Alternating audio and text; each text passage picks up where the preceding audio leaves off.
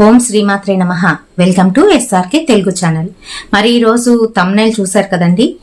అత్తగారు పెత్తనాలు చెలాయిస్తూ అస్తమానం కూడాను కోడల్ని ఏదో ఒకటి అనడం, అంటే చీటికి మాటికి మీది తప్పు లేకపోయినా ఏదో ఒక విషయం మీద మిమ్మల్ని అక్కడ టార్గెట్ చేసి మాట్లాడడం, డిగ్రేడ్ చేసి మాట్లాడడం పైవారి ముందు. ఇంకా అలాగే చాలా వరకు మీ విషయాల్లో కలుగు చేసుకొని, అంటే మీ భార్యాభర్తల విషయాల్లో కలుగు చేసుకొని మధ్యలో వస్తూ అదేంటి ఇదేంటి అని అడగడం, ప్రత్యేకించి ఇంట్రెస్ట్ చూపిస్తూ నీ భర్త మీద తను అజమాయిషీ చెలాయిస్తూ ఓ పక్క నుంచి ప్రేమను కురిపిస్తున్నాను అని అనడం, ఇలాంటివన్నీ కూడా చేస్తునేటప్పుడు మీ అత్తగారి గురించి ఒక చక్కటి మంత్రం అయితే నేను ఈరోజు చెప్పబోతున్నాను. అయితే ముందుగా అత్తగారులు ఎవరైతే ఉన్నారో వారందరూ క్షమించాలి. ఏంటి అని అంటే, ఒకసారి మీరు పెళ్లి చేసిన తర్వాత నీ కూతురికి గాని కొడుకుకి గాని ఇంకా వారి విషయాల్లో మీరు కలగజేసుకోవడం అనేది చేయకూడదు. అది కూతురైనా సరే అలాగే కొడుకైనా సరే. అయితే ఒకసారి మనం అవతల వాళ్ళకి అప్పచెప్పేసిన తర్వాత వాళ్ళు చూసుకుంటారు, వాళ్ళు తగాదాలు పడతారు.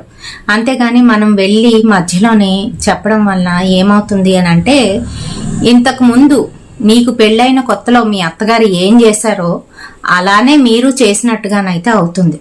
అది మీకు తెలీదు. మీరేంటి అని అంటే మీ పిల్లల కోసమో లేదంటే మీ పిల్లల మీద ఉండే ప్రేమ కోసమో మీరు అలా చేసి ఉండొచ్చు, కానీ ఎదుటి వాళ్ళకి ఆ రకంగానైతే కనిపిస్తుంది. అయితే కొంతమంది కావాలనే చేస్తూ ఉంటారు. నేను అలాంటి అత్తగారి గురించి అయితే చెప్తున్నాను కాబట్టి అర్థం చేసుకోగలరు. మిగతా వాళ్ళందరికీ కూడాను, అమ్మాయిలు ఈ మధ్య కాలంలోని మనకి ఒక కొత్త చట్టం అయితే వచ్చింది. అత్తగారు ఇలా మధ్యలోకి వచ్చి భార్యాభర్తలకి తగాదాలు పెట్టి అగాధాలు సృష్టిస్తూ ఉంటే మీరు వారి మీద కేసు అయితే వేసుకోవచ్చు. దానికి సంబంధించి ఒక కేసు అయితే వచ్చింది, కొత్త చట్టం అయితే వచ్చింది. మళ్ళీ చెప్తున్నాను, లాస్ట్ వీడియోలో కూడా నేను 2-3 డేస్ వీడియోలో కూడా నేను చెప్పాను. సో ఈ రోజు గుర్తు పెట్టుకోండి. అయితే చాలా వరకు నెమ్మదస్తులు అయితే ఉంటారు. ఏంటి అని అంటే, అత్తగారు పెత్తనాలు చేస్తూ ఏ మాట అన్నా కూడాను పడుతూ వాళ్ళ పని వాళ్ళు చేసుకుపోయే వాళ్ళు కూడా ఉన్నారు. ఈ కాలంలో కూడా ఇంకా అలాంటి పిల్లలు ఉన్నారు. అది కన్సిడర్ చెయ్యాలి. అవతల ఎవరైతే పెళ్లి చేసుకున్నాడో ఆ అబ్బాయి దాన్ని గమనించుకొని, నా భార్య అణిగి మణిగి ఉంటుంది కాబట్టి నేను దాన్ని ప్రేమగా చూసుకోవాలి, నెత్తిన పెట్టి చూసుకోవాలి అని అనుకోవాలి.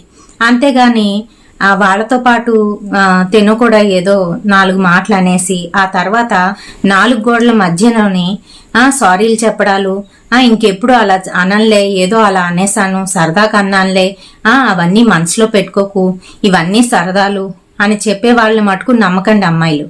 ఎందుకనంటే వాళ్ళు అలానే సరదా అని చెప్పి జీవితాంతం లాగేస్తారో ఆ తర్వాత మీకు సరదా తీరిపోతుంది. వాళ్ళు ఏంటి అనంటే ఇలాగా మిమ్మల్ని డిగ్రేడ్ చేసి మాట్లాడతారు, అన్ని వాళ్ళకి నచ్చినట్టుగా చేయించుకుంటారు, అన్ని అయిపోతే ఆ తర్వాత ఎదుటి వాళ్ళ ముందు చులకనగా మాట్లాడతారు. అలాంటి వాళ్ళని అస్సలు నమ్మకూడదు. అందుకనే ముందే చెప్పేసేయండి, మీ సంతోషాలు మీ కోరికలు ఏవైతే ఉన్నాయో అవి ఆయన బాధ్యత. మీ బంధువులందరినీ కూడా వదిలేసి వచ్చింది మీరు, ఆయన కాదు. ఎన్నో సంవత్సరాలు అయిపోయిన తర్వాత కూడాను వాళ్ళు పెద్దవాళ్ళు అయిపోయి 40-50 ఏళ్ళు వచ్చేసినా కూడాను అమ్మగాని నాన్నగాని చనిపోతే వాళ్ళు బాధపడుతూ ఇంకా ఏ పని కూడా చెయ్యరు. అదే అమ్మాయి తరపు వాళ్ళు నాన్నగాని అమ్మగాని చనిపోతే ఏముందిలే అందరికీ జరిగేదే కదా, మర్చిపోవాలి అని మటుకు కబుర్లు చెప్తారు. మరి ఇలాంటి జనం ఉండే చోట మన ప్రొటెక్షన్ కోసం మనం చేయదగ్గ ఒక చక్కటి మంత్రం గురించి అయితే చెప్పబోతున్నాను. ఏంటనంటే, కొంతమంది అమ్మాయిలు నోరు విప్పి చెప్పలేరు. ఎదుటి వారికి ఎప్పుడు కూడాను హర్ట్ చెయ్యాలని అనుకోని మనస్తత్వం ఉన్న అమ్మాయిలు కూడా ఉన్నారు ఈ కాలంలోని. మరి అలాంటి వారి కోసం ఒక చక్కటి మంత్రాన్ని అయితే నేను ఇక్కడ చెప్తాను. ఈ మంత్రాన్ని ప్రతి మంగళవారము పూట నిష్టగా నియమంగా ఉంటూ ఆ రోజు పాటించవలసిన నియమాలన్నీ కూడా పాటించాలి. అదేంటి అని అంటే, నేలను పవలించడం, అంటే బ్రహ్మచర్యం పాటించడం, ఇంకా అలాగే తెల్లవారుజామునే చక్కగా నిద్ర లేచిన తర్వాత మీరు ఆంజనేయ స్వామికి పూజ అయితే చేసుకోండి.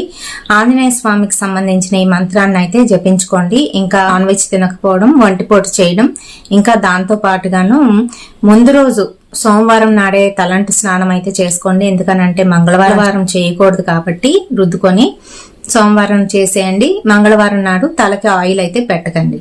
ఓకేనా? అండ్ అలాగే స్వామివారికి సంబంధించి పంచముఖ ఆంజనేయ స్తోత్రము అని ఉంటుంది. ఇది మీరు గూగుల్లోకి వెళ్లి సెర్చ్ బటన్ క్లిక్ చేసి అక్కడ పంచముఖ ఆంజనేయ స్తోత్రం అని క్లిక్ చేసినట్లయితే మీకు ఆ స్తోత్రం PDF అయితే ఓపెన్ అవుతుంది. ఫస్ట్ లింక్ క్లిక్ చేయండి, PDF ఓపెన్ అవుతుంది. PDF చూసుకొని ప్రతిరోజు చదువుకోవచ్చు. ఇంకా అలాగే ప్రత్యేకించి మంగళవారాలు పాటిస్తూ మంగళవారం పూట కూడాను ఈ స్తోత్రాన్ని అయితే పఠించండి. చక్కగా మీ శత్రు వినాశనం అనేది జరుగుతుంది. దేని నుంచి కూడా మీకు భయం అనేది లేకుండా ఉంటుందన్నమాట. ఓకేనా? మరి ఈ వీడియో మీ అందరికీ కూడా ఉపయోగపడుతుందనే చేస్తున్నాను. ఇలాంటి వీడియోలు మన ఛానల్లోని చాలానే ఉన్నాయి. అలాగే రేపటి వీడియోలోని ఒక చక్కటి తంత్రంతోని మళ్ళీ మీ ముందుకైతే వచ్చేస్తాను. అంతవరకు స్వస్తి.